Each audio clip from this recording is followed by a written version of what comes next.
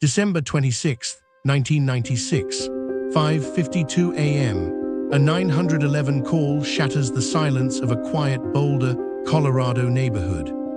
"We have a kidnapping." Those three words launched what would become one of the most controversial and analyzed cases in American history.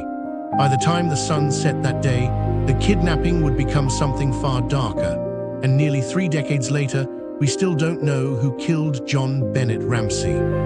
But what we do know might disturb you even more.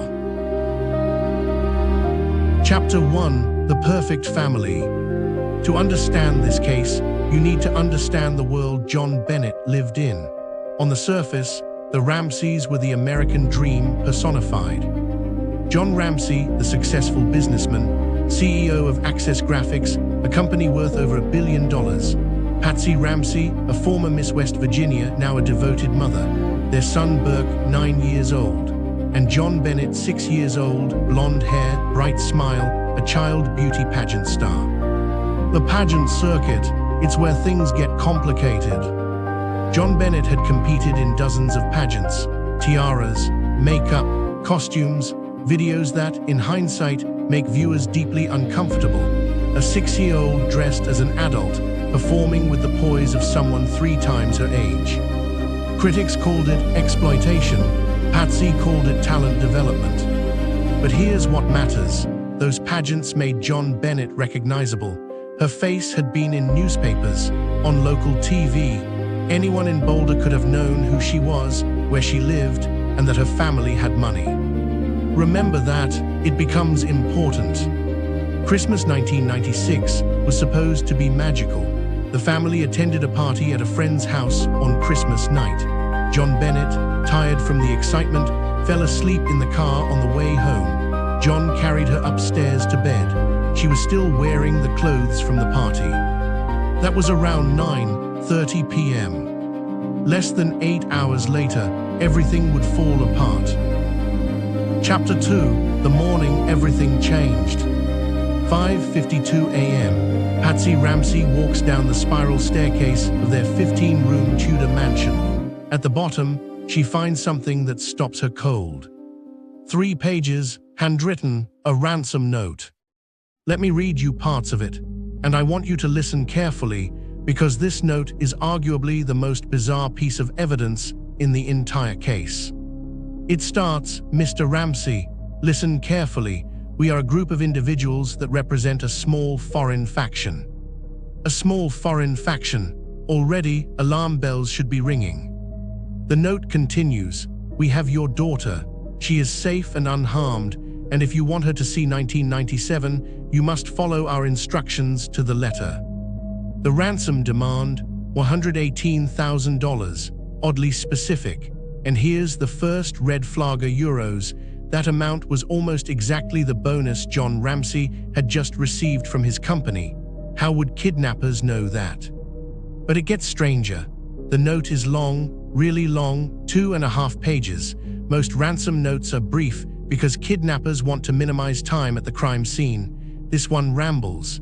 It includes phrases like, "The 2 gentlemen watching over your daughter do not particularly like you." It warns John not to call the police. It says they're monitoring him. It threatens to kill John Bennett if he doesn't cooperate.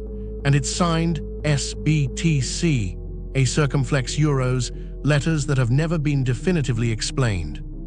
Patsy calls 911. In the background of that call, you can hear John's voice. Some experts claim you can also hear Burke's voice, even though the Ramseys said he was asleep the entire time. The police arrive, and here's where things start going catastrophically wrong. The responding officers should have immediately sealed the house as a crime scene. They didn't. Friends and family were allowed to come over. People walked through rooms, touched things, contaminated potential evidence. John and a family friend searched the house. They checked Burke's room, the guest rooms, everything seems normal. Except they don't check the basement thoroughly, not yet. Chapter 3: The Discovery. Hours pass. The deadline in the ransom note, 10 a.m. comes and goes. No call from kidnappers, no instructions, nothing. A detective suggests searching the house again, top to bottom, just to be sure. At 1:05 p.m., John Ramsey and Fleet White, the family friend, descend into the basement. They enter a small room, a wine cellar with a wooden door. John opens it, and there on the floor, covered with a white blanket, is John Bennett. She's wearing a white shirt, white long underwear. There's duct tape over her mouth, a cord around her neck, attached to a wooden stick, a crude garrote. Her hands are tied above her head. She's been dead for hours. John screams. He picks up his daughter's body and carries her upstairs, destroying potential evidence in his panic and grief. The crime scene, already compromised, is now thoroughly contaminated. What the police discover next makes the case even more disturbing. John Bennett died from strangulation and a skull fracture. Someone had hit her on the head with tremendous force. There's evidence of sexual assault, though the exact nature remains disputed.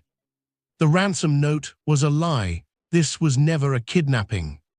This was a murder, and it happened inside the Ramsey home. Chapter 4: The Evidence That Doesn't Add Up. In the hours and days that follow, investigators piece together evidence that creates more questions than answers. The ransom note was written on a notepad from inside the Ramsey home. The pen used to write it, also from inside the house. Both were found put back where they belonged. Think about that. An intruder breaks in, spends significant time writing a 2.5-page note, then neatly returns the pen and notepad. The paper had practice versions of euros.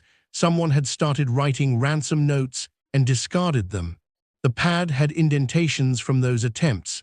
This wasn't written in advance. Someone wrote it inside the house. Handwriting analysis on Patsy Ramsey was inconclusive. Experts couldn't definitively rule her in or out as the author. Then there's the question of entry. The Ramseys claimed an intruder came through a basement window, but there were undisturbed spider webs in that window. The snow outside showed no footprints. The window well was filled with undisturbed debris. And here's something that keeps investigators up at night. The house had a complex layout. 15 rooms, multiple levels, a maze-like basement. Whoever killed John Bennett knew exactly where her bedroom was, knew where to find the notepad and pen, knew the layout of the basement, knew where to hide the body. That level of familiarity suggests someone who had been in that house before. But the DNA evidence, that points elsewhere. Unknown male DNA was found in John Bennett underwear and on her long johns. In 2008, this DNA was tested using newer technology, and the results were significant enough that the district attorney officially cleared the Ramsey family. So we have physical evidence suggesting an intruder, but we have behavioral evidence and circumstantial details suggesting insider knowledge. How do you reconcile that? You can't, not completely, and that's why this case remains unsolved. Chapter 5: The Theories. Over the years, theories have multiplied like shadows. Theory 1: The intruder. A predator who knew the family, perhaps from John Bennett pageants. Someone who had been in the house before, maybe during a Christmas tour or party. They waited until the family was asleep, subdued John Bennett, assaulted her, accidentally killed her, then staged the kidnapping scene to throw off investigators. The DNA supports this. The odd ransom note could be explained as the work of someone unstable or trying to create misdirection. Theory 2: An accident. Something happened inside the house. Maybe Burke, 9 years old, hit his sister during an argument. Maybe Patsy or John discovered her injured and panicked. Maybe the head wound came first and the strangulation came later during a staged kidnapping. The crime scene staging supports this. The ransom note's length and weirdness makes sense if someone was buying time or creating an alternative narrative. The familiarity with the house is explained. But would parents really stage their daughter's death to look like a kidnapping? Would they garrote her? The psychological leap is massive. Theory 3: Something darker. Some investigators believe there's a middle ground, that someone in the house was involved but didn't act alone, or that someone with access to the home, someone trusted, committed the crime. Grand juries have heard this case. In 1999, they actually voted to indict John and Patsy Ramsey, not for murder, but for child abuse resulting in death and accessory to a crime. The district attorney refused to sign the indictment, citing insufficient evidence. That detail wasn't made public until 2013. Conclusion: where we are now. Patsy Ramsey died in 2006 from ovarian cancer, never knowing who killed her daughter. She maintained her innocence until her last breath. John Ramsey is still alive. He's remarried. He still advocates for solving the case and has pushed for advanced DNA testing on remaining evidence. Burke Ramsey sued CBS for a documentary that suggested his involvement. The case was settled confidentially. The Boulder Police Department still considers this an open homicide investigation. Advances in genetic genealogy, the same technique that caught the Golden State Killer, offer new hope. In late 2024, there were reports that evidence was being sent for additional DNA analysis. Maybe, after nearly 30 years, technology will finally provide answers. But here's what haunts everyone who looks at this case. A 6-year-old girl died violently in her own home on Christmas night. Someone either came into that house with the worst intentions, or someone inside that house committed an unthinkable act. The house at 755 15th Street in Boulder has changed hands multiple times. It's been renovated. The wine cellar where John Bennett was found is gone. But the questions remain, the pain remains, and somewhere, someone knows the truth about what happened that night. The John Bennett Ramsey case isn't just a mystery. It's a mirror reflecting our darkest fears about the safety of children, about the secrets families keep, about the thin line between the lives we show the world and the reality behind closed doors. 29 years later, we are still searching for answers.